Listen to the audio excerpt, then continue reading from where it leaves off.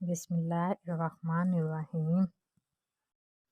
रसूल अल्लाह सल्लल्लाहु अलैहि वसल्लम ने इरशाद फरमाया, सबसे ज़्यादा नापसंद अल्लाह ताला को वो शख्स है जो सबसे ज़्यादा झगड़ालू हो। रसूल अल्लाह सल्लल्लाहु अलैहि वसल्लम ने इरशाद फरमाया, जिस मुसलमान माँ बाप के 3 नाबालिग बच्चे मर जाएं तो अल्लाह ताला इनको अपनी रहमत के फजल से जन्नत में दाखिल करेगा। फरमाया, अब इनसे कहा जाएगा, जब मैं जन्नत में दाखिल हो जाऊँ तो वो कहेंगे, हम नहीं दाखिल होंगे जब तक कि हमारे वालिदैन दाखिल ना हो जाएं। फिर कहा जाएगा, जाओ अपने वालिदैन के साथ जन्नत में दाखिल हो जाओ।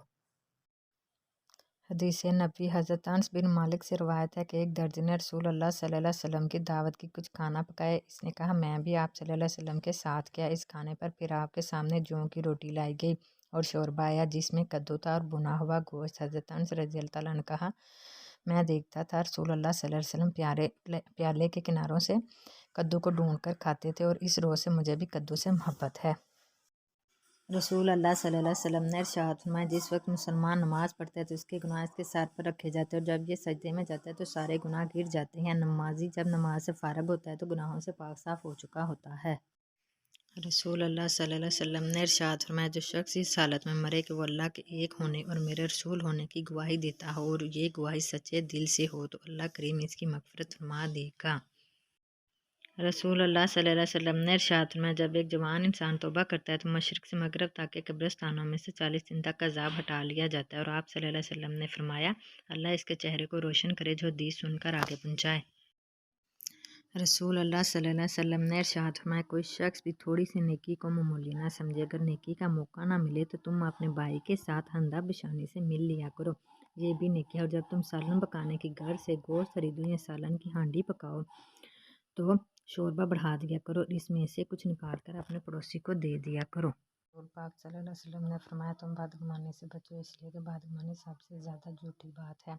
ना किसी के ऐबों को तलाश करो, ना तजस्सुस करो और ना एक दूसरे से हसद करो और ना गिबत करो और ना बुग़्ज़ रखो। और अल्लाह के बंदे भाई भाई बांध कर रहो और किसी मुसलमान के लिए जायज़ नहीं कि अपने भाई से 3 दिन से ज़्यादा नाराज़ रहे। रसूल पाक सल्लल्लाहु अलैहि वसल्लम ने फरमाया, हमारे और काफिरों के दरमियान फ़र्क नमाज है। जिसने नमाज छोड़ दी इसने कुफर किया। मुसलमान और कुफर और शिर्क के दरमियान फ़र्क नमाज है। हज़ूर अकरम सल्लल्लाहु अलैहि वसल्लम ने इरशाद फरमाया, आखिरी ज़माने में ऐसे लोग होंगे जो स्याह रंग से अपने बाल रंगेंगे जैसे कबूतरों के सीने होते हैं। ये लोग जन्नत की खुशबू नहीं पाएंगे। नबी करीम सल्लल्लाहु अलैहि वसल्लम ने इरशाद फरमाया, क़यामत वाले दिन मोमन की मीज़ान में हुस्न अखलाक से ज़्यादा भारी चीज़ कोई नहीं होगी और यकीनन अल्लाह ताला बदज़ुबान और बेहुदा गोई करने वालों को नापसंद करता है।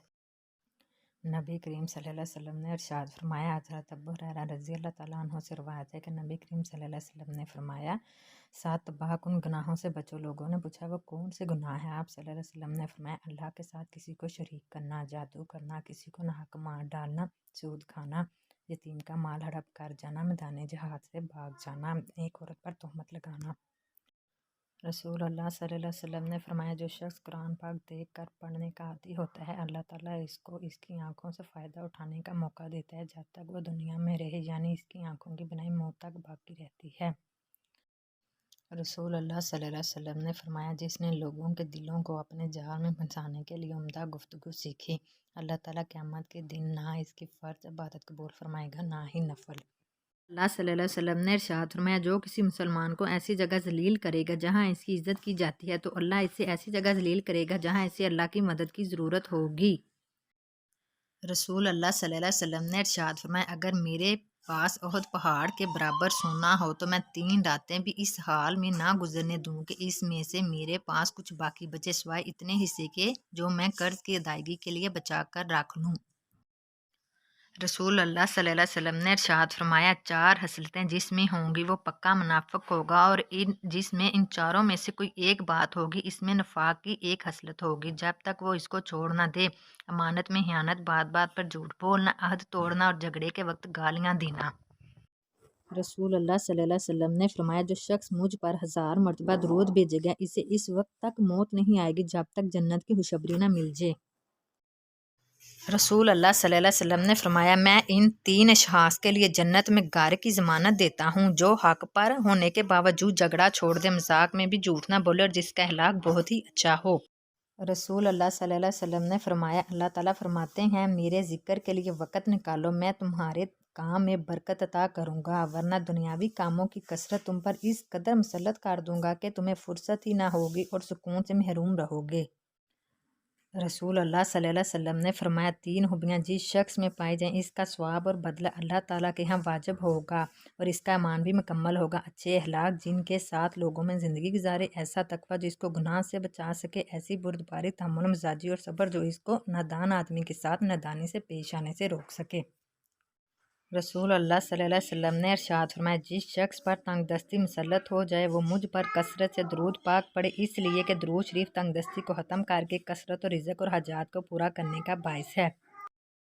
حضرت ثوبان رضی اللہ تعالیٰ عنہ کہتے ہیں کہ بعض صحابہ نے کہا کہ کاش ہمیں یہ معلوم ہو جائے کہ سونا اور چاندی کے علاوہ اور کون سا مال بہتر ہے تاکہ ہم اسے جمع کریں، تو آپ صلی اللہ علیہ وسلم نے فرمایا، اللہ کا ذکر کرنے والی زبان، شکر ادا کرنے والا دل اور مسلمان بیوی جو اپنے شوہر کے ایمان کی مددگار ہو بہترین مال ہے۔